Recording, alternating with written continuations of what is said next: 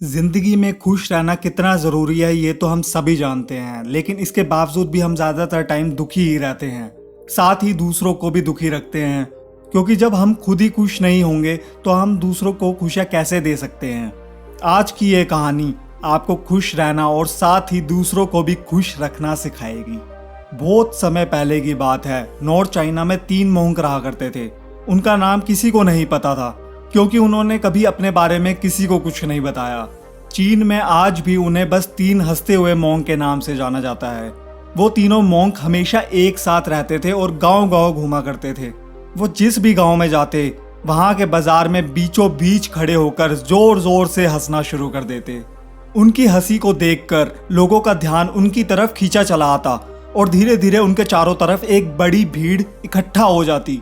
वो इतनी कंसंट्रेशन और कंप्लीटनेस के साथ हंसते कि उनकी हंसी देखकर सारा गांव हंसने लग जाता, और जब वो पूरा गांव हंसी के समंदर में डूब जाता तो वो दूसरे गांव चले जाते। वो ना तो कुछ बोलते थे, ना ही कुछ एडवाइस देते और ना ही कोई शिक्षा। वो जहां भी जाते अपनी हंसी से ऐसा माहौल बना देते कि लोग अपने सारे दुख दर्द भूलकर बस हंसने लग जाते।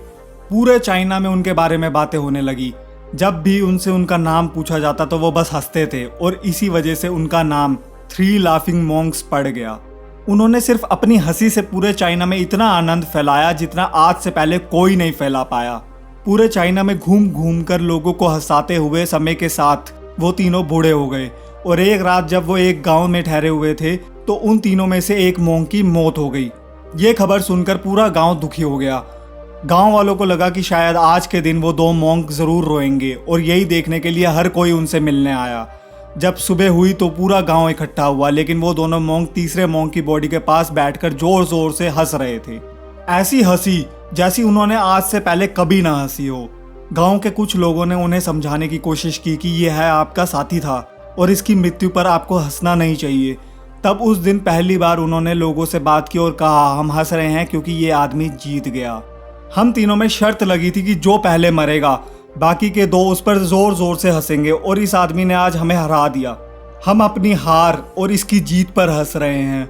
इसे अंतिम विदाई देने का इससे बेहतर तरीका और क्या हो सकता है। ऐसा कहकर उन्होंने उस तीसरे मोंक को चीता पर लेटा दिया। चीन में यह प्रथा थी कि जब किसी इंसान की डेथ हो जाती तो उसके पुराने कपड़े उतारकर उसे नए कपड़े पहना दिए जाते थे, लेकिन मरने से पहले उस मोंक ने अपने साथियों से अपने कपड़े ना बदलने के लिए कहा था। उस मोंक ने कहा था कि मुझे स्नान मत करवाना, क्योंकि मैं कभी अशुद्ध हुआ ही नहीं। मेरे जीवन में इतनी हंसी आई कि कोई अशुद्धता कभी जमा ही नहीं हो पाई। जब उस तीसरे मोंक के शरीर में आग लगाई गई तो आसमान में जोर जोर से पटाखे फूटने लगे। उस मोंक ने अपने कपड़ों के अंदर ढेर सारे पटाखे छुपा रखे थे। ऐसा नज़ारा देखकर पूरा गांव जोर जोर से हंसने लगा, और मरने के बाद भी वो मोंक लोगों के चेहरे पर एक मुस्कान देकर गया। ये कहानी हमें सिखाती है कि ज़िंदगी में दुख तकलीफ़ें तो हमेशा रहती हैं, लेकिन जो चीज़ हमेशा साथ रहती है वो है हमारी खुशियाँ। खुश रहने या फिर हंसने के लिए किसी वजह की तलाश नहीं करनी चाहिए। छोटी छोटी चीज़ों में खुद को और दूसरों को खुशी देने की मन में इच्छा होनी चाहिए। अपने दुखों को बांटना जितना ज़रूरी है उतना ही ज़रूरी है अपनी खुशियों को भी बांटना। हमारी ये ज़िंदगी भी बस एक मजाक है। जो इस बात को समझ लेता है वो दुनिया के उन झमेलों में नहीं पड़ता है जो बेवजह हमारे दुखों का कारण बनती है। खुद को हमेशा खुश रखने का एक तरीका ये भी है कि अपनी ज़िंदगी में आने वाली खुशियों को दूसरों के साथ बांटा जाए। खुशी एक ऐसी चीज़ है जो बांटने से बढ़ती है और गम बांटने से कम होता है।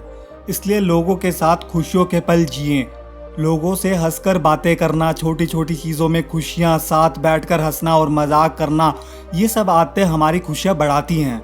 हंसना, मुस्कुराना, ये सब हमारी ज़िंदगी का एक इम्पोर्टेंट पार्ट है, लेकिन हम अपनी खुशियाँ अक्सर अपने दुखों के बोझ के नीचे दबा लेते हैं, और जैसे जैसे ये बोझ बढ़ता जाता है हम हंसना और मुस्कुराना ही भूल जाते हैं।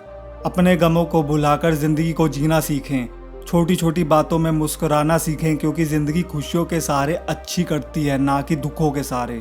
तो दोस्तों, ज़िंदगी में सुख की तलाश करो, हंसो और खुशियाँ बांटो। दुख तो ज़िंदगी का हिस्सा है, वो तो ना चाहकर भी आएगा। दोस्तों, उम्मीद करता हूँ कि वीडियो पसंद आई होगी। ऐसी और भी वीडियोस देखने के लिए सब्सक्राइब कीजिए चैनल को और दबाइए बेल आइकन को।